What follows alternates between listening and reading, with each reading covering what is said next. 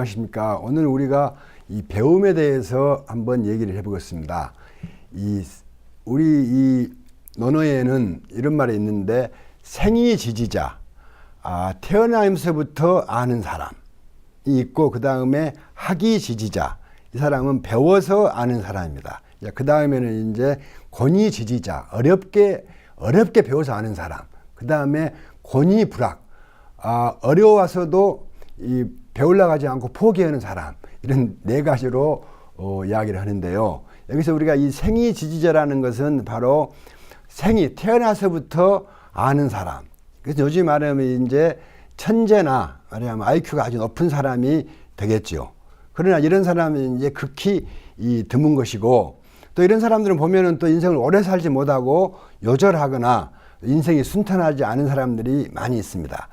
그 다음 단계가 바로 학이 지지자인데, 이 학이 지지자는 배워서 안다. 뭔가를 배워서 아는 사람이다. 그런데 이 논어에서 공자님은 자기는 생이 지지자가 아니고 바로 학이 지지자다. 이런 말을 합니다. 요즘에 이제 그 주자학에서는 공자를 성인으로 모셔가지고 공자님은 태어나서부터 아는 사람이다. 이렇게 하는데, 사실은 공자님 자기 스스로 말하기를 나는 태어나면서부터 아는 사람이 아니라 배워서 열심히 공부해서 아는 사람이다. 그래서 어떤 얘기가 있냐면은 이 남하는 사람, 남하는 그 머리나 남 같은 능력이 있는 사람은 아마 시골에 그 산골에 한 10가구 정도 되는 동네에도 있을 것이다.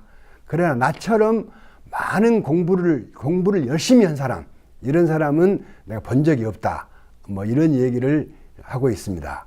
그래서 그 다음에 이제 권위 지지자라는 것이 있는데요. 이 권위라는 것은 이 권자 글자가 나무목이 있고, 나무를 이렇게 그 통에, 네모난 통에 씌워가지고 자라게 한다. 그러면 이거 나무가 굉장히 힘이 들겠죠.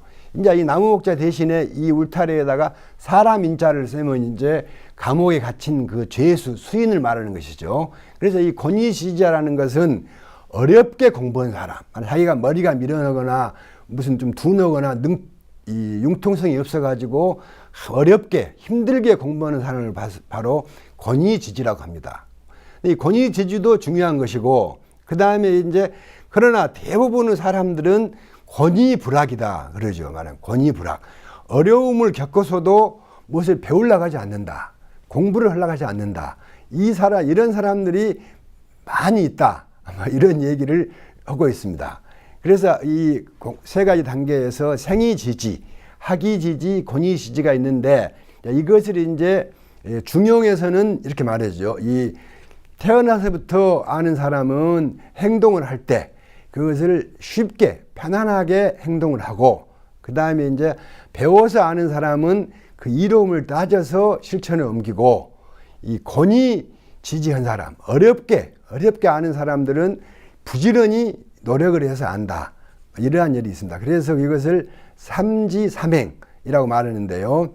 여기에서 이제 이 말에 덧붙여서 순자는 뭐라 하냐면은 천리만은 하루에 천리를 가지만은 조랑말도 열흘을 가면은 천리를 갈 수 있다.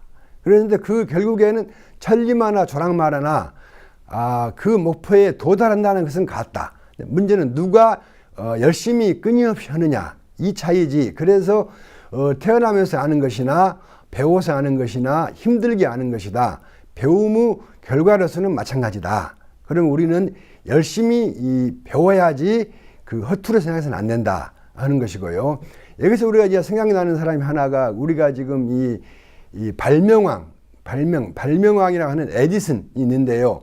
이 에디슨은 사람들이 에디슨도 천재라고 했는데, 그런 그 유명한 말을 하죠. 이 천재라는 것은 99%의 땀과 1%의 영감으로 만들어진 것이다. 그래서 나는 천재가 아니고 노력을 한 사람이다 하면서, 또 재밌는 말이 말하자면 나는 그 안 되는 실패한 실험을 한 적이 없다. 나는 말하자면 9,000번에 안 되는 실험을 하다가 한 번 이제 성공해가지고 바로 그 발명왕이 됐다. 그래서 우리가 지금 문명의 이기로서는 이 전기라든지 이런 그 중요한 발명품을 말한 에디슨도 바로 자기가 천재가 아니고 자기는 노력한 사람이다. 이렇게 말했는데, 우리가 일상생활을 살 때도 그 천재가 아는 것보다 어렵게 노력해서 아는 것이 더 가치가 있다. 그런데 우리가 그 어린애들을 키워보면은 그 어린애들은 우리가 그 유치원 때나 어렸을 때는 다 같이 천재로 아는데 이제 중고등학교 갈 때부터 성적이 떨어지고 뭐 이런 걸 보면서 많이 실망을 한데 그렇게 아니라 근면을 가르쳐야 된다 하는 것이고요. 여기에서 우리가 또 하나 우리 역사의 하나 그 예를 들어보자면 우리 그 강진에 우리 다산 선생님이 유배돼 왔을 때 처음에는 아무 집에서도 받아주질 않아 가지고 중학집 골방에서 외롭게 이제 지내고 있었는데 여기 이제 황상이라는 15 먹은 아전의 아들이 이제 어느 날 찾아오게 됩니다. 그래서 다산 선생이 너도 공부를 해라. 그러니까 이 사람이 말이야 나는 IQ 머리도 나쁘고 둔하고 융통성이 없어가지고 공부할 그 재질이 안 됩니다. 그러니까 여기서 말하자면 우리가 그야말로 권위불학. 자기는 미련하기 때문에 배워도 되지 않는다. 이렇게 이제 포기하는 것을 다산 선생이 그것이 아니고 오히려 공부를 잘하는 사람한테 3가지 그 병통이 있다. 뭐냐면은 빨리 외우는 사람, 암기를 잘하는 사람은 대충대충 하고 또 이제 이 글쓰기를 잘하는 사람, 글짓기를 잘하는 사람은 들떠가지고 잘난 체를 하고 또 이제 빨리 뭔가를 깨닫는 사람은 거칠다. 근데 너는 그런 그 병통이 없기 때문에 부지런히 하면은 너도 뭐든지 할 수 있다.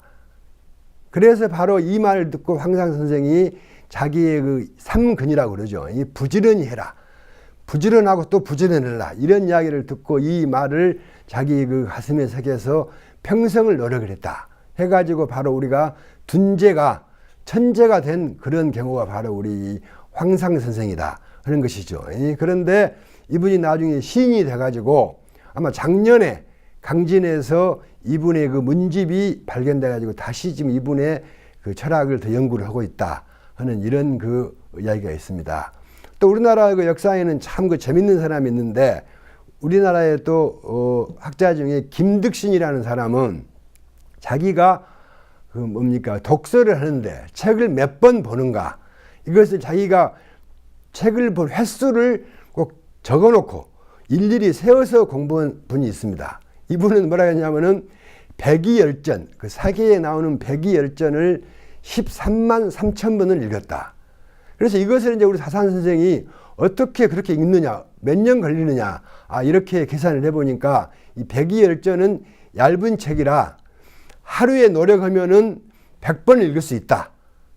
그러면 이제 1년에는 3만 6천 번. 그러면은 3년 아무것도 안 하고 이것만 본다 해도 3년이 걸리는데 아마 4년쯤 걸렸을 것이다. 이런 식으로 공부를 한 사람이 있는데 이분은 평생을 공부해가지고 59세에 대과, 문과 대과에 합격을 했지만은 이 관직에 오래 머물지 않고 시인으로 유명한 그 존재로 지금 남아있는 이런 사람이죠. 그래서 우리가 이 여기서 공자의 생애에서 이 공자님은 공보기를 좋아해가지고 또 늘 하는 말이 자기는 밟은 망식, 뭔가 한번 공부를 하게 되면은 먹는 것도 잊어버리고 그 다음에 낙이망우 말하면 이 공부의 즐거움에 취해서 슬픔도 잊어버리고 그 다음에 부지너지 늙어가는 것도 잊어버렸다. 이렇게 공부에 열심히 했는데 우리도 이 가을에 이렇게 한번 공부를 해보는 그런 그 기회가 됐으면 하는 것이